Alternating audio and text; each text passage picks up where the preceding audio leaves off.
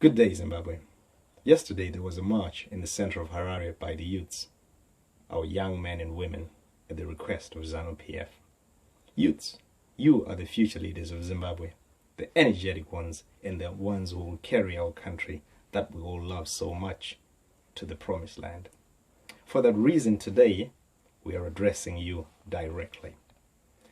ZANU PF's invitation to you, the youths, which has been made available to the Science, Economics and Justice team, promised that the youths who turned up for the march would be rewarded with 3 farms to be possibly subdivided amongst those who turned up. We're not sure where or how big the farms are, or whether the subdivision will be for residential or agricultural purposes. However, judging by the inability of ZANU PF to keep their last promise to deliver 2 million jobs, something that directly affects you as the most productive demographic, we doubt that the promise that they have made to you will be kept this time. Anyway, even if they did deliver the land, it's unlikely that ordinary, long-suffering Zimbabweans' lives will actually be changed by this. And here are the reasons why. Number 1, if the farms are to be subdivided into residential stands, the new owners must build on them within a certain time frame. Otherwise, the stands will be repossessed. Can you, as the new owners, afford to do this when you don't have a job or a guaranteed, reliable source of income?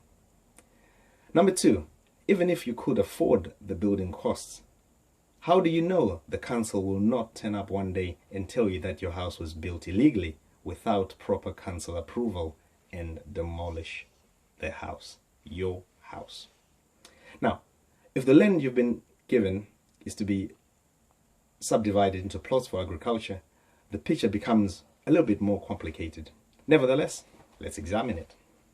So this is reason number 3. We are in the 21st century, and to gain any meaningful benefit from a farm, it needs to be mechanized and must make use of modern technology: tractors, pesticide spraying equipment, combine harvesters, warehouses for storage. Oh, and in a drought-prone country like ours, a dam and irrigation systems would be very crucial too. In most countries, the funding for all this capital-intensive apparatus is financed by bank loans. Would you be able to get a bank loan?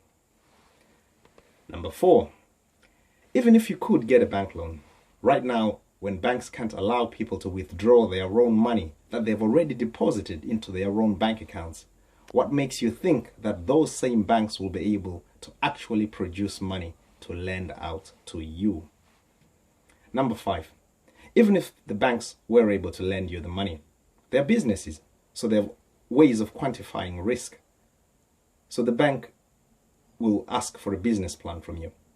Do you have enough knowledge about farming to help you come up with a believable business plan to convince a serious banker that you would pay back?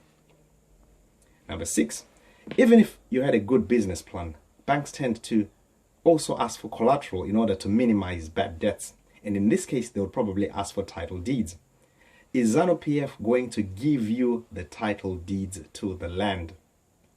Number 7, even if you were actually given the land, the bank loan, the title deeds, and somehow managed to install all the latest equipment to start running your successful farm while living in your beautiful farmhouse and making lots of money, how do you know that someone who's more powerful and more well-connected than you within ZANU PF is not going to come and take it all away from you? It can happen. Just ask the former Madam Vice President. Oh, here's another reason. Number 8. Even if nobody took away the farm from you, would you be able to get fertilizers locally? Or would you have to bribe someone for an import license? Would the GMB pay you on time for your produce before the next planting season?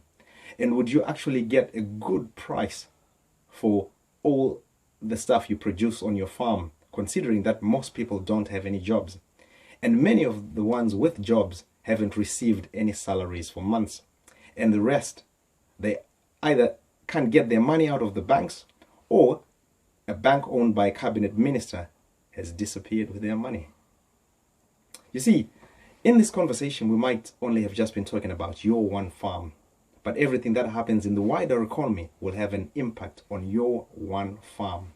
Your success on your one farm is tied to the success of the whole country. So if the whole country isn't working, your individual entity is not going to work either. That is macroeconomics. And the question that you have to answer honestly, intelligently, and with the utmost integrity to yourself is this. And this is question number 9. Considering that when ZANU PF took over 36 years ago, none of all these above problems existed, why should you march to preserve a system that has failed the rest of the country whose success your own business relies on so much? By the way, it's important for you to know that in developed countries, political parties don't give out handouts of food, land, or money to their supporters. They win or lose supporters based on whether their policies benefit the maximum number of people in society, whether their policies are actually workable, and whether they are trusted. Does ZANU PF pass those 3 tests? So, this is number 10. Could it be that the reason why ZANU PF gives food handouts, farm implements, and second-hand clothes, could it be because they know that you're too poor to refuse? In fact, if you think about it carefully, could there be a possibility that you may have been deliberately kept poor to make you stay close, to keep you subservient, to keep you begging for crumbs at the master's table? Now, this is a bonus question, number 11.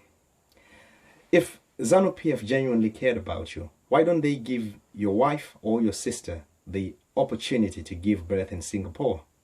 Why don't they let you go for treatment in South Africa, Singapore, India, where they go themselves? Or simply build a half-decent hospital in Zimbabwe for you?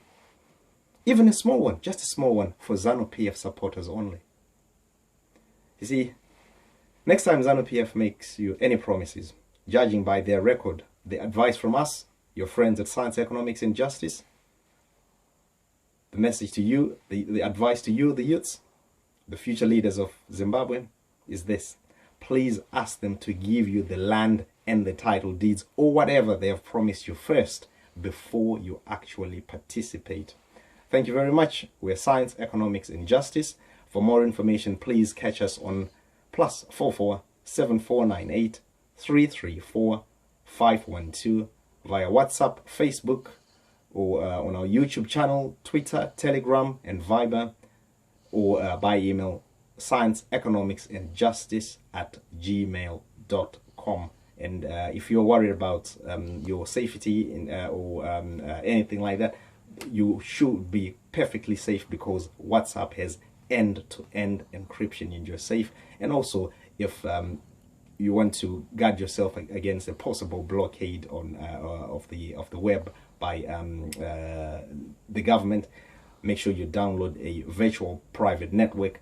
A good example of that is Tunnel Bear, available from the Apple App Store or Google Play Store. Thank you very much.